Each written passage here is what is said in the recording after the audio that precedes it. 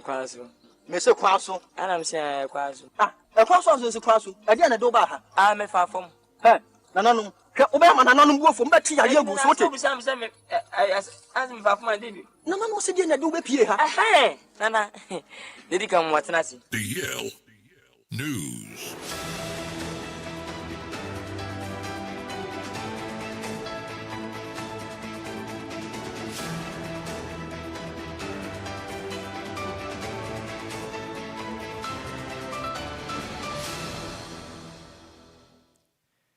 Yamamo akwaba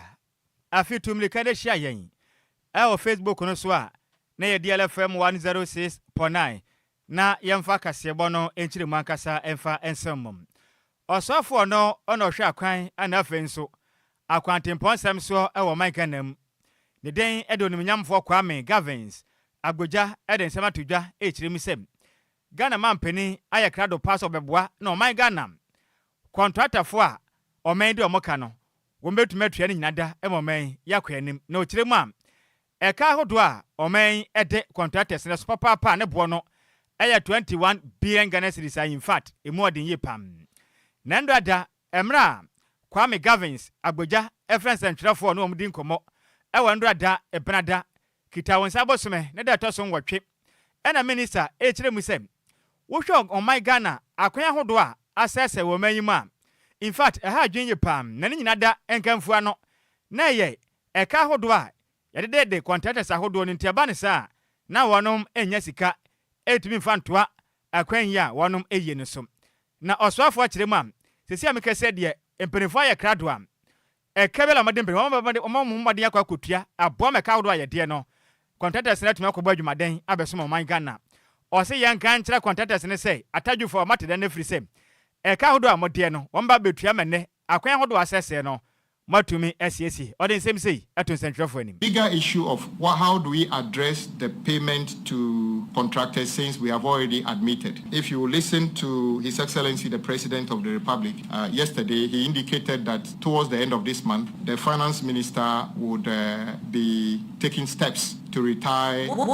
the debt owed contractors so that they can go back to site and complete the work. On record, we are intending to pay some 4 billion Ghana cedi towards retiring part of the 21 billion from this month. I have no doubt that will be on record to be one of the biggest payments at a particular time to make sure that we are serious about clearing the debt and then also paying for or making provision to start the new works we are talking about. So we did not actually neglect paying contractors. As I said, when we came in, one of the things we needed to do is to actually vet some of those payments. Why do we have to do that? Somebody will say, you came to meet the deal, just pay it. My brothers and sisters, it would have been a problem of, in some cases, double paying for some things. You will be surprised to note that in this ministry, normally we contract and then we say the source of fund for the project is either road fund or government of Ghana. There is evidence that sometimes we approve and award project as a road fund project in the course of the execution of the project. Enuachi anaswafo akasem no wokire musem. Yanka nkyira Ghana fo say ekwan hodo a asese e wo Ghana mu no papa so a opa homa so enya ne seyem na mom nya nanu mode kra ne yeyem na wono pe ne santi abana ya krado so bebu omen na kwa hodo bia da asese no enya nsem kwantempon kuto na asai o se wo konkurase bi no ma ye ekwan bi ho no ma in fact wo fa so ehu pam na bana ya krado so bebua makwan hodo asese o Ghana mu no wonom etimi SSC fully understand the frustration of the motoring public, transporters, drivers, when they have to endure very challenging roads, especially the ones I've talked about, and elsewhere across the country. Of course, when you live in Accra, you would see Opokwasi as the biggest, the situation of Opokwasi as the biggest challenge. I will not fault you because that is what you have seen. But if you have gone around 16 regions as we have done, you will notice that some situations are worse than that. None of it is acceptable. If you were to consume yam today in Accra, that yam probably came from Yendi in part of the northern region. I wish you know how the trucker who brought the yam to Tema managed to bring the yam here, especially if the person used the Eastern Corridor using Passa section. in the rainy season, you will weep for that driver. They manage these things. And I'm saying that it is not acceptable in Pasa, it's not acceptable at Pokwasi. So we need to work as a people to be able to address all these problems. Myself and my deputy DLFM constantly, day and night, 106.9. get distress calls. Children have gone to school in one community because they don't have school in their community. Whilst we were in school, a heavy downpour washed off the culvert that they crossed over to go to school. They have to sleep in the other community compulsorily because they can't risk swimming across the channel to come back home. Na kwa kura mo no eno ni mnyamfo Kwame Gavins Agboja kasa no chire musem. Make us say asa ohwe o man Ghana yakwan ene yakwan temponso e de omani e chini o man Ghana mya nyina akonkurase kronkuma akase ene nketewa mu akwa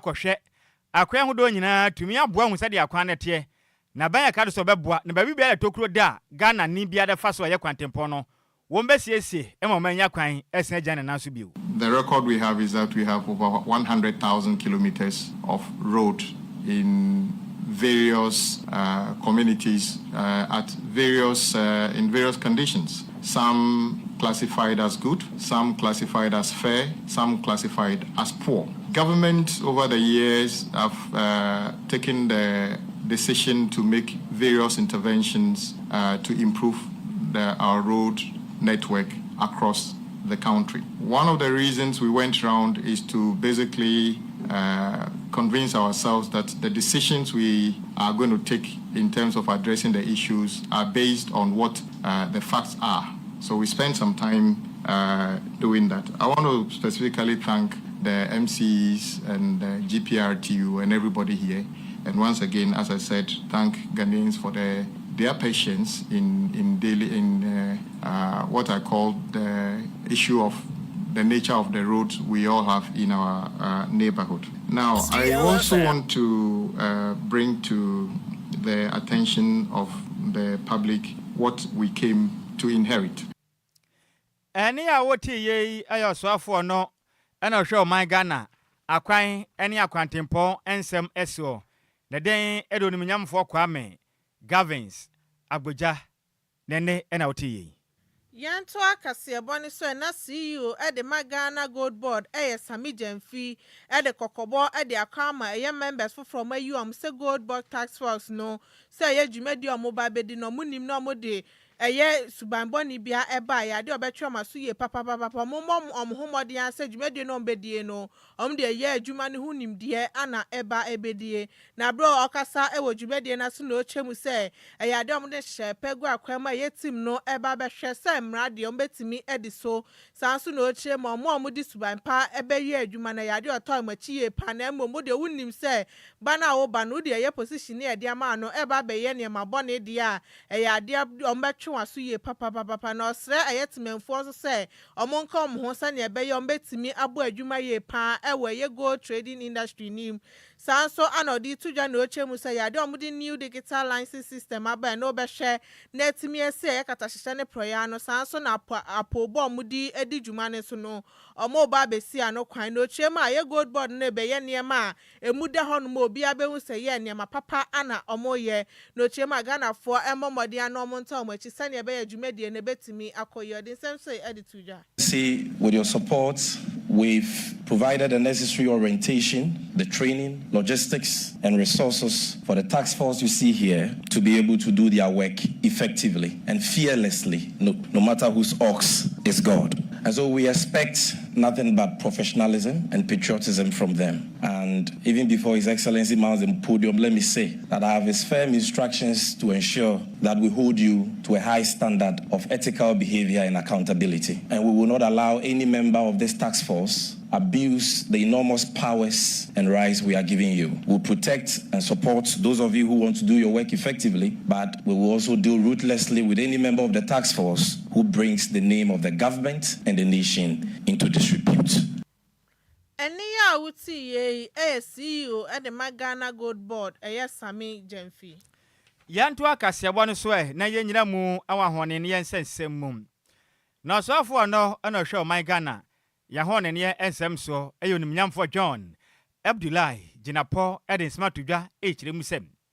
Ya Magana fo nyina nyanente se yakopo ya atoma kita onsabo soma ye womei ne da etoso edumiensa ebesi kwesiada wono beye ensesi edwumadie pa ewa wonom supply point ahodo nyina danti wan hwe ni ya ebedu baabi no maintenance ne bekoso nti na dumso kakra betumi akoso ewo kwesiada edi ya nimui anase kwesiada edi ya nimui ewo man Ghana mu nyina na ne kasa mu ana wo kire mi sem sa dwumadi omba bedie ni nyina ne sem wonom gas pipelines ahodo bi wo honom e so mbɔ made atenase na wonom yensiesi adwumadi kakra wo ho aneboa na Ghana ho ne ne no etimi je ne naso bra ne pam ode se ade tudwa emra na wonom ede asokɔbɔ fɔma na wonom ekwakwa construction fofora ye 161 eye kv ewo eno eye anwoma so ewo santimeter mu ena wakasa na wo kire mu sem opesa Ghana fo nyina nte every se hwe o man Ghana sese na gas ahodo om de dwuma no edu babia na mfidie na fia bam te se mpelifo tena bo made atena se na omu siesie hu kakra nte yakopɔ ya de makosie de badie wono baye nsiesie dwumadie kakra wo mu fidie ne ho na nanom senti wo betuma dum mfidie no baye do hwere baye nsia ewo kosie de de animan enikana ne dum asabe enya bo apayo na ye nsiesie dwumadie na wonom ahyem John Abdullah Ginapɔ ekire mi sem ohabia baba na Ghana fo momfa ncha efisem peso mbo anom gina mo naso na wonom ebo na nyemkane no etimi ejane naso ne kasa mu na wasan kire mu sem imperform ka biewom na wo wanim de ede fa honende dwumadie ho ne sei onka kire Ghana fo sei enya de betumi de fango ede gogo mfidi ahodo a wonom ede jamfama anasa gas ede dwumanum na do hwere kakra mbesiesie nti no yemfa ene efu enkogum ochem se dabi eba ne sa eba ko tumi odo ha kakra de abente enu nti na ne senti no wo betumi adum mfidie ne kakra se betumi abone sese dwumadie no akonka ne nti se otu so Ghana na dum makwesi de ba ya emfa so bonfa mo bi sese dwumadie ena ba bekoso. This Sunday ENI would turn off their valve temporarily to increase gas production to about 270 mmscf. That is good news. It means that we are stabilizing the power sector. But let me also use the opportunity, and members of the press, please help us to spread this information. Because the plant will be turned off for that short period within the day for maintenance works, we are likely to experience some interaction or interruption of power. Please bear with us. It is for good purpose. It is to enable us stabilize the power. We've done all the scenarios, we've done all the analysis. And based on the advice from the engineers, I've directed that we do not attempt to run those plants on liquid fuels for that short period because it involves changing nozzles, it involves a lot of work. And so if you are going to be off for about 4 to 6 hours, you don't risk it transitioning to liquid fuels only to come back to gas. We are working around the clock to minimize any potential adverse impact during that period. But I want to appeal to Ghanaians to bear with us for that short period. Once the work is done, we shall stabilize supply of gas, increase gas production, and that will improve the delivery of power. Enuachi ana John Abdullah Ginapɔ kasa mu ana wo kire mu sem ode aseda ene na ase kase pa ede kɔ ede ma my Ghana photo samfo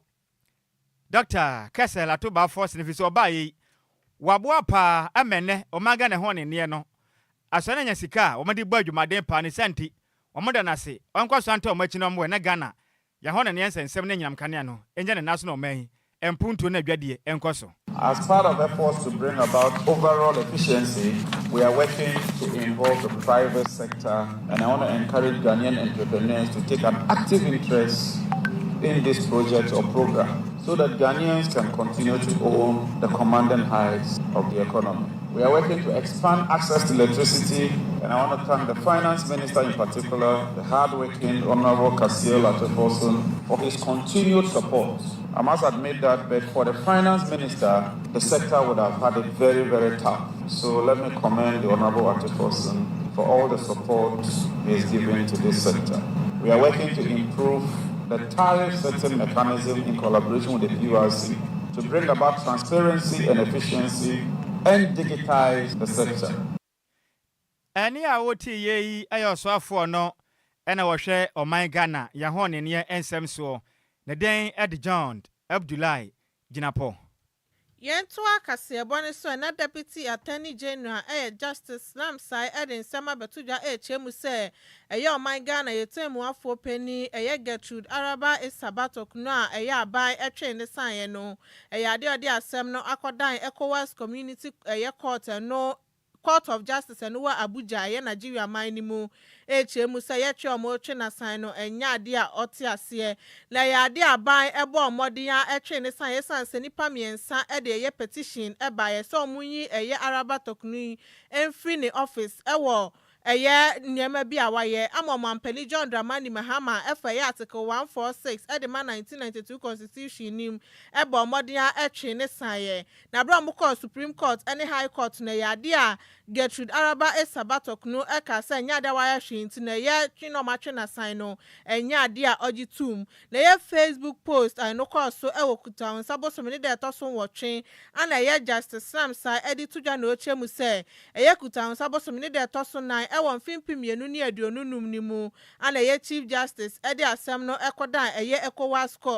court HM se nya ade atwe no mo twe na sign no otimi agitum no de atodwa HM se ya ade omo ye hwehwemu ede afa asem no nti weni nsema ye Deputy Attorney General Justice Sram Sai ede abetodwa yanto akase bonse momfa ngura mu ewo dumja adwumakuo no akache na meka sei my Ghana efiri opepon bosome ebedu kitansa bosoma ye womu enya sem koma na omen yaje ye ho gena pam na ni nyina ne se ho no ma betia na eja ato bia we ade chana ho frasa ato ha enedwa ahodo a my Ghana mu de ye afi mu eja hyehye enya sem kuma kram na no na hwema betodwa echirem sem Ghana National Fire Service adwumakuo no na hwe my Ghana eja hyehye so wane mu chirem sem hwema wo betodwa chirem sem afi we mu de jahye na ekoso afi etwa mu na afi we nkuto de ne ehura kwani akwanimu ohamu nchichemu aduasa miensa 33% na akwa yanim pa je se wuo no kwa na ekoso ni pa agu awon fempem mienu ne adununum baya bosumi nsientemu no ha dwenye pam na mpewa hwema wo omode bank omode agu nkrata so aba abonten echirem sem ehu behia pa se de ubo kese bakwa owo manyimu na ebomade abaya ho ban se be ya ejahye a ekunkum Ghana de hye no eso betimi etwa na nka betodwa echirem sem odumja adwumayekuo no eya nkwanhya wo wasi ewo manyimu afagya hye ho no nipa mako dunsia na wonom etima hwere wonom nkwa ewo pepam bosome ebepem aye homa bosome kira from January to June 2025 nipa mako dunsia 16 ena wonom egu na wonom echirem sem 2024 ne de enipa ewu ye no eye dumienu nanso afi we mu de nyame no mu kure ne se de akosoro no wotwe ho a wonte ase akura na mperefo akirem se enipa wo da pepra no mpo de ne yenka ho wa mu kirem se ehura kogina esoro se ham gichemu no aha mienu ne de osiansia 266% kwam ekwa akura na mu chenze nipa prepra efra ba pambo some ebepem aye homa bosome no mu no ewo mfempem mienu ene edonu 9 2024 no na eye makomako aduasa 30 pe na mu praye nanso 2025 enipa prepra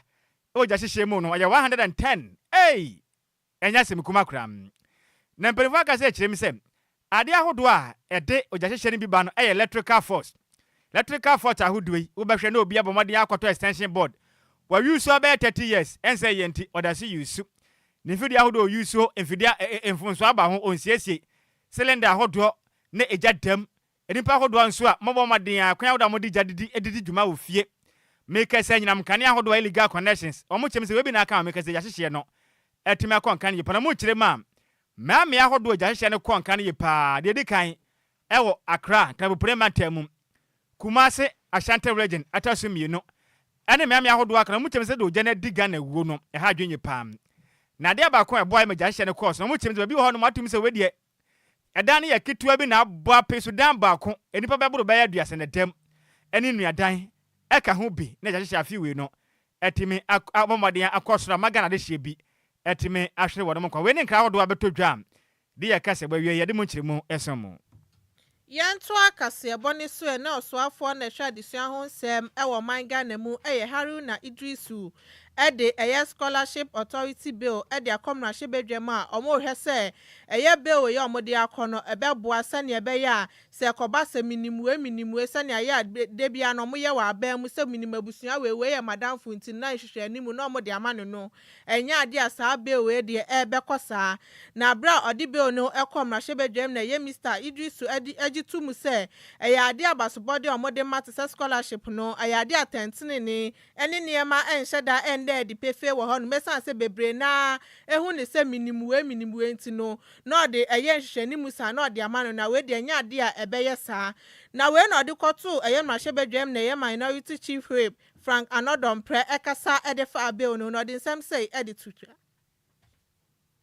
It's not just about meritocracy. The previous government, I recall, I made a call for Scholarship Secretariat to be decentralized, and the previous MPP government has set the tone. So we shouldn't just focus on the meritocracy or that aspect. We should also focus on decentralizing the Scholarship Secretariat. That, for me, women, I recall, I made a call for Scholarship Secretariat to be decentralized, and the previous MPP government has set the tone. So we shouldn't just focus on the meritocracy or that aspect. We should also focus on decentralizing the Scholarship Secretariat. That, for me, will be the trust and the game changer. DLFM 106.9. And the ya uti ye a minority chief whip a Frank Anodompre. Yanto akase bwana so na ye nyira mu ewa nkrabo pure mantem am. Ana make say enipa babura duasa 30 ana ndura da. Emprefo modern aye special operation nkrabo pure mantem ekoso mo pa chi a eno ayawa so west municipal assembly ne dia nimu am. Omukopie mu ewa site bi a ekoso Magdan drive lane emu East Legon na sa enipa hodom chichi wani mu nyina da no etimi egwom. Na mpanifo chezi nipa momade akwache wani ebi mu ye abrabofo a omo momade abewura Ghana omo momade aye construction msisi adane ade a ana wonum nam koti kwan so edi dwumanti ebrifa koso mpachi se twe na dwumadi ekoso no enipa pina every Ghana Police Service ekoboaye Ghana National Fire Service ekobi ana afi so military ene member muntiti bi ni kopie mu ana afi Accra Metropolitan Assembly penifo pina kopie mo koya ye edan chicheche si wona mamfo penifo yi esi wa mu chenzo no sa edan ba be ye mosque enkremofo ba akwotrem akwakosom na wade mu chenzo hwese dan no mo asusi apagade esi wona makakra ka so pam na mom ekwe mo fa so mu si no o mo asia trem na ba bi mpo aka ba paake ebe ye den e de ma wo no mu kirem sa dan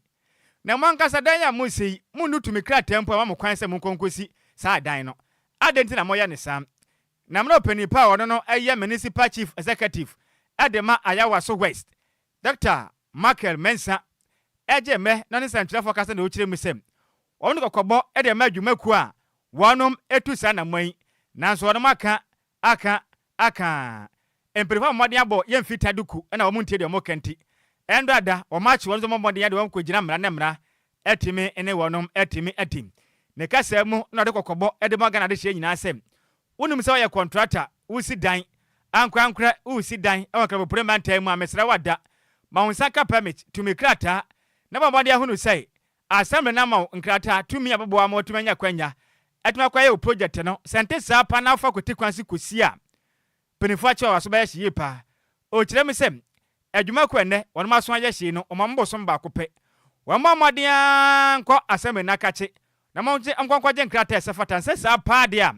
omakodem afiase na chamo hwade a wape ho odin sem sei aton centralfo enim. There's a building, as you can see here, going on without building permit. Ayawaso West Municipal Assembly came into existence in 2018, but then they have a permit that was issued in 2020 by AMA. So clearly it tells you that they don't have a permit. Now they are building very close to the road, as you can see, very close to the road. And this is a huge structure. When it comes to parking, you can hardly tell if they can even contain the number of cars that are supposed to be parking here. So it's going to inconvenience the entire vicinity of people living around here. So that is why we are here. But then we have asked them to stop work several times. but they've refused. We came to write on the walls, they have refused. They turn our people away. Last week we were here. They are very adamant. So we are here to stop them, and we are sounding a word of caution to everybody within the municipality that if you have such fraudulent permits, come to the municipal assembly and then regularize your permits. We have several of those permits within the municipal assembly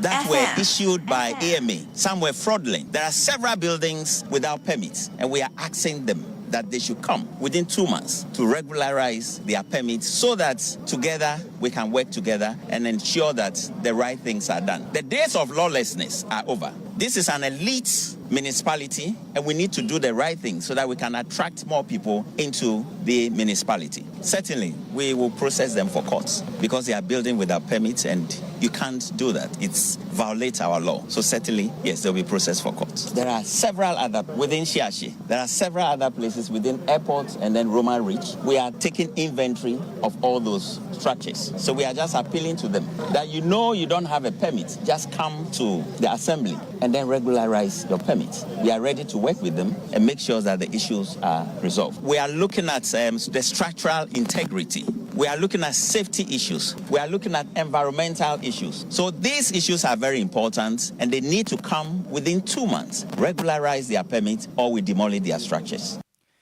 Any awoti ye I municipal chief executive officer Edema Ayawaso West. The day at the Dr. Michael Mensah. Yantua Kasiabone Suniambon Remu Ewa Santimantema na Eyon Hine Edema Mansu Domi Koniago Ewa Mansia South District Nim Ewa Santimantem Eyena na Obe Mensa Abebi Otosumienu Edi Adeside Edi Tuabayanim so Mombomodiano Momesho Mokwaino Emma Womesan se Ayo Moha Kasia Pa Ewon Potem Muhonom No kasa ewo dwumadi a eno course edema ye teachers quarters project omoye ewo eyemanso domi Keniago no hene ehemu se sebi ekwan de ayete se owu amna pa ede amawom tisa ban amomodin amba ambehwe ama womudi omunhu kwan ombefa so mbetimi atena mantemo no mesan se bebre na na fa so ediko school ebi nso so ekọ ayasabi ehwa anomofa ebe ye kuayo ene se omukodi dwa ekwan ne so anomofa na ohesa ne ekwan na ye kra ma emabunu se o mabema bu esan sa de no metena mantem bia ekwan no enye ntisaban amba ya ma wo mode a eya de be ha mu ye papa na osra ban se ombe ye omkwan ema wo mu no san so esresa ban embassy tertiary institution ni titru ene eye training college no no mo de churchre eye achechefo sane be ye ba Manchester South District ni ma ombetimi anya achechefo bebre ewo ho no mo di sem say editudwa Amisra wo mo say wo mo aba wo mo hunu mi say wo mo nam kuma se kwan eba ye ne ya mpatam ya me do me ha sei se be nka kwan wa biara nanso usimu a se be obi kobọ kokora no a obedura jawo eye die ntira ya kwan bone a ye nam so ntira me de amisra wo mo aburu se wo mo wa abam eye party na mo ye ne nananom de mo bibi ne ye nya bi ye de ye gina faako na ye sra aban say so mo chiche bibi a omo ya kwan a omo ma bi so do me man so ye hwe se Keniago, Yakwan at the Dam Sabi, Asantemu, Yim, Ufri Kotar so, no Akosi Futukwanso, no Akosi Kotar so, Ebasa Naji said, Yaduma Debia Yedibiano, Sabi Burobi Bahakrana, and Hochino. Nania Mesa Cancer, one will be able to say, Metuma dear party to an amany swadi say, Mija Hokoyano, Sabi Buru party, Eabako party, Biabako, men will be a put to our debreme.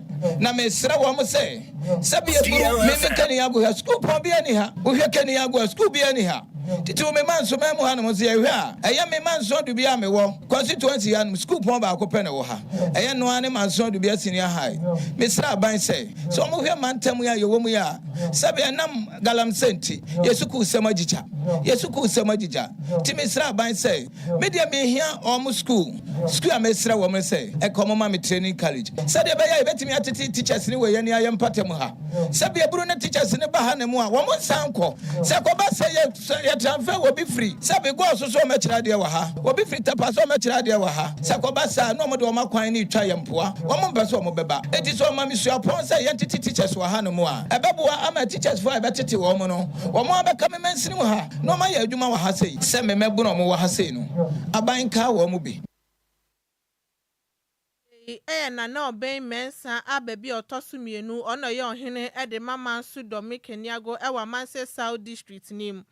Enwachi ana District Chief Executive Edema Amanse South eye Honorable Benjamin Mafo edi tuja na ohye ohene bossa ya de obebo modian say ni omupa nyina no de bekosoro honom sa ne be ya aban eba be ya mawom sanso ana osre omo wa brochire nso omufre ye manso Dominic Niago so omombeboa sa ne be ya mpuntujuma so ebetimi akoso ewo ho dura yɛdɛ egu na nanko antumi yɛdɛn ɛnyɛ ti sɛ aban na mɛsɔ na nasene a nya ade adwumadie no ɔno nko obetumi ayɛ nti me nso me firi dɔ me ha die ɔkwan bia mɛfa so a nanam ani so ade hunu no ɛbɛba mu no me nso ɛwɔ sɛ mefa so na mɛboa na me ma ɔpapani John Dramani mama ɛni ba no ɔbɛboa dɔ me man na dɔ me man so ɛfa ne to afɛfra mo yɛ nuama ɛwɔ ama no ne no yɛsrɛ wɔ mo yɛsɛ anoma wu a ne ntakra yɛdɛ ɛba fam to yɛ deɛ ne a wosi akyi nya ɔda ɛhɔ na ɔtafre yɛsrɛ wɔ mo kakra bi ombenya bia no omfa meboa yen na yen so yen pagya do me man that's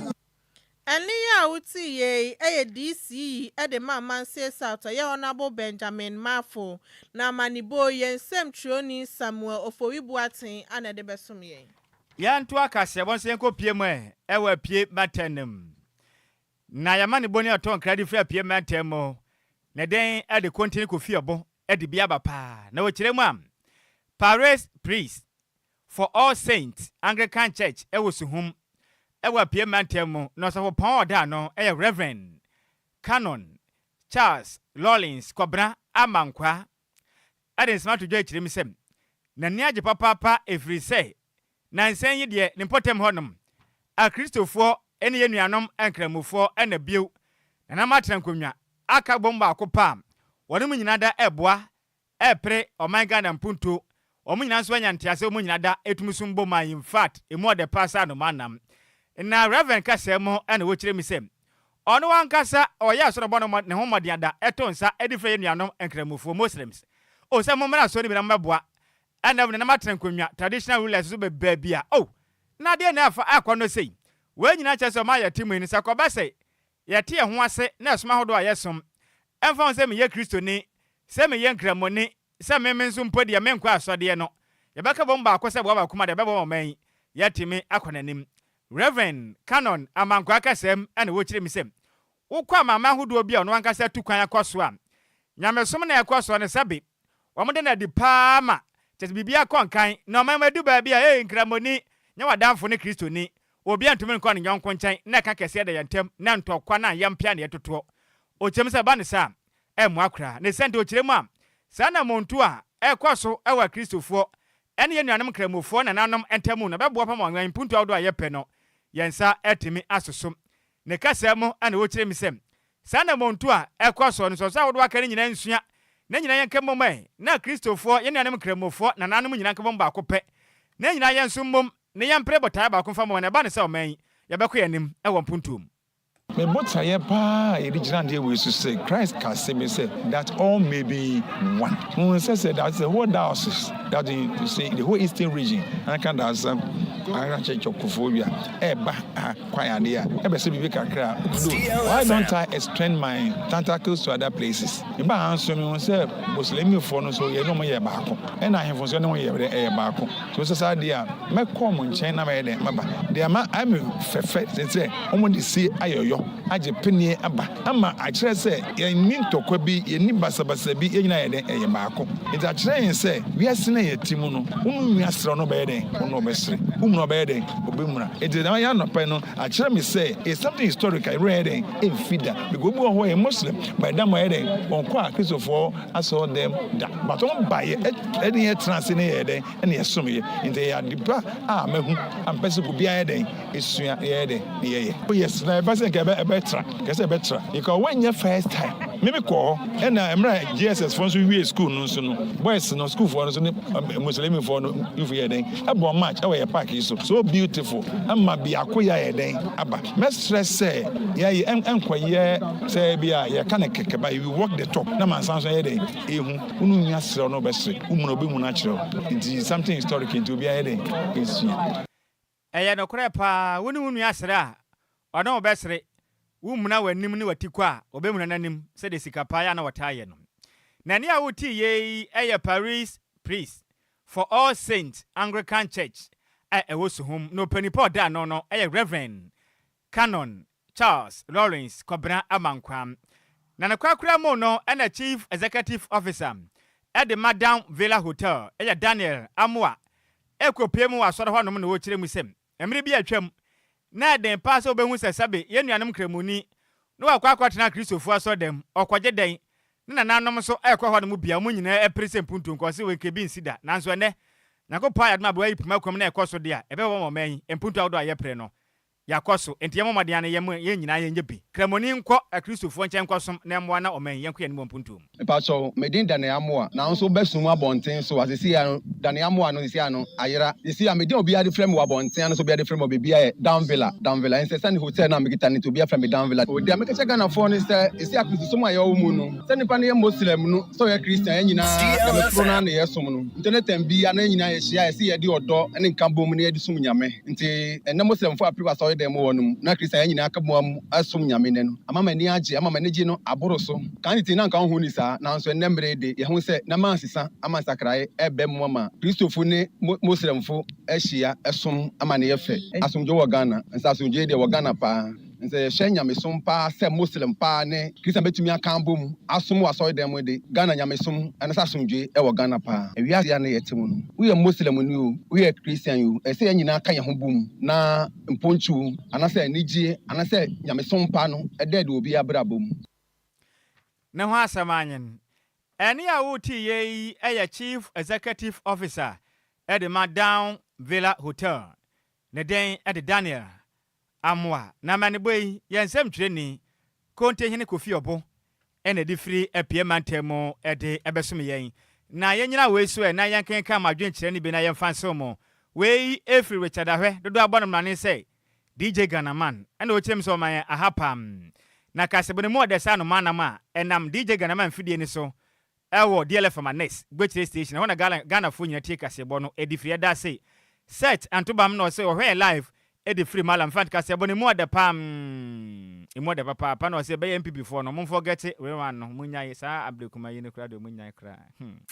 Master Pan Adwenia Kentempo no chim say in fact kasebone mo de pan ni gye agye awie no hu say kasebone mo de wase ntia kase nkoma Dr. Kingsley Agyemai MP4 Adwoa Kwa South medase sanso na kwabia sama no chem say hey ECG ayo priest tell them we have FIFA crab world cup na bekoso fanas na bekoso Sunday mo bedum kane na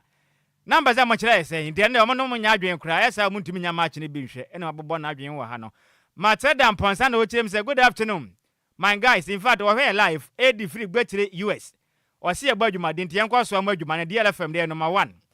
Dora ya Ajewa Agyei no chem say DL News oja wom greetings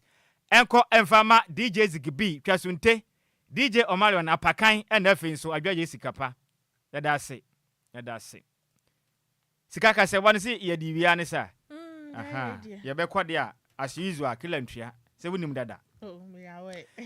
enti wei awoda ba wei efiama ne boni otonkra edifi apie mantem nti Kofi Boamie na menwehye me wofase MP edi masuhum ene na woda ne special birthday pam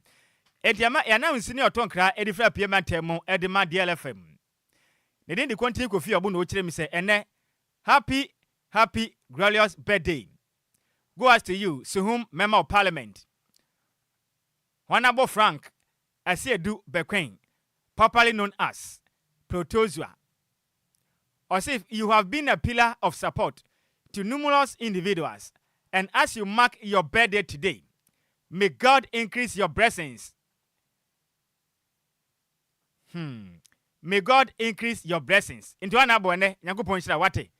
Said ye konti Kofi Obo, Ekan, Yankupon Shira Papa, on Tetra Winshem, now Manya Krabeshe. Said ye what de Suhum and Potem Nice Wakuma, so now one punto, Equason, on a trading point Yankupon. Onyo kese pa oma de pebia wasasi we so na koma pa wonya ewa de hia won go Suhum ne omanga na hu nyina Yankopon onyo kese pa enti happy birthday go as to you Member of Parliament for Suhum Honorable Frank Asiedu Bekwen dodwa frɛ say Protozua senior ya minhiraw na na wawoda no o ma ne nyesron ko pa kase bɔ ne ye de asi emu semufo ne ya maze mebera twede se mu ede ema yen champion taylor komite de ekopie mu e wo Facebook no so DJ Zigibi echinchim efrene fruma ede sumnya wiei akenkan fa ebese mo no edi amagye so eya wofa Nhyiraba Kwadwo Sammy bi ma hoteden ene ehunso mpani menkra modin atwato nso Alhaji Abdul Kwasunte mene Adwoa Agyei Sikapa omra ne ye den Dumsa Levy ye kwa hwan na eba Nana Adwoa Silky one hwan Sexy journalist ana afi Kwame Efu